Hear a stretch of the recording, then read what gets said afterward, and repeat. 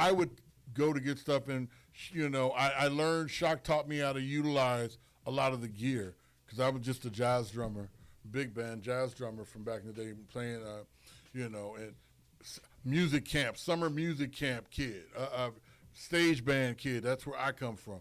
But getting with him and getting equipment, and learning to utilize it, my ability to go in and sample certain parts of songs or to create these ideas would inspire some of the other things that we would do, and even like the organicness of, like I said, we would be at a jam session playing with musicians at my dad's jazz rehearsals, and Shock would come, and we would be playing something like, after my dad would leave, which would be playing traditional standard jazz stuff, and then we would go into jamming. And so we start playing stuff like Chameleon by Herbie Hancock and stuff like that. And then Shock would come and hit one of the other keyboards or something that was in there and start playing like Knee Deep, juxtapose Chameleon. Yeah. And so we would do that in a jam session, and then we would go back to my house with the gear, the studio gear, and create,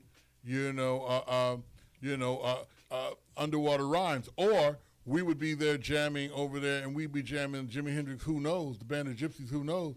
And then we would go back to the crib and go make You Like the Way We Swing. Yeah. You know what I'm saying?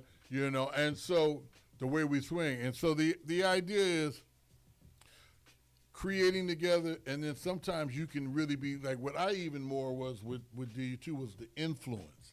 That's what I was about to say. That's what I was saying. As far as the influence is what the influence, like, because producing goes beyond just you actually making the music. It's like you can inspire somebody by giving them absolutely a good idea. You're producing some shit out of your mind to give it to somebody else to be able to create, which you necessarily couldn't do. Like, yes. As far as like, but you're still producing. Absolutely, you're still producing the music because he didn't think of that. I mean, I'm not saying Shock, but I'm just saying as far as like anybody that you're collaborating with, right? You can give them the influence to pick.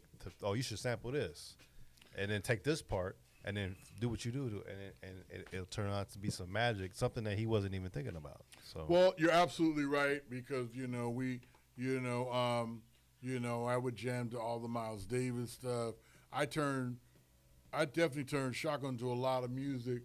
And then also something else that I would do is I had a relationship at Leopold's Records back in the day in Berkeley.